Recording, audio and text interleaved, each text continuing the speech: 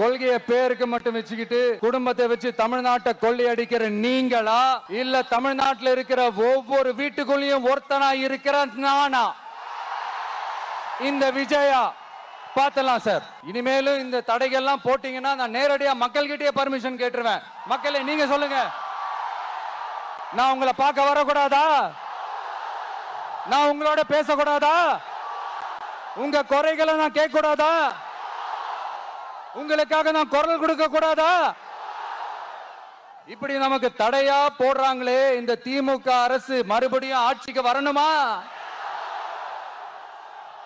உங்க நல்லதுக்காக நம்ம உங்க டிவிக்கு ஆட்சி அமையணுமா? சத்தமா சத்தமா கேட்டுச்சா மை டியர்?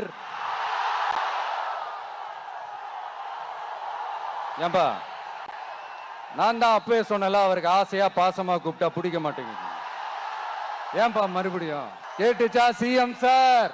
இந்த போர் முழக்கம் உங்களை ஒரு நிமிஷம் கூட தூங்க விடாது, துரத்திக்கிட்டே வரும். கான்பிடென்டா இருங்க, நல்லதே நடக்கும், வெற்றி நிச்சயம்.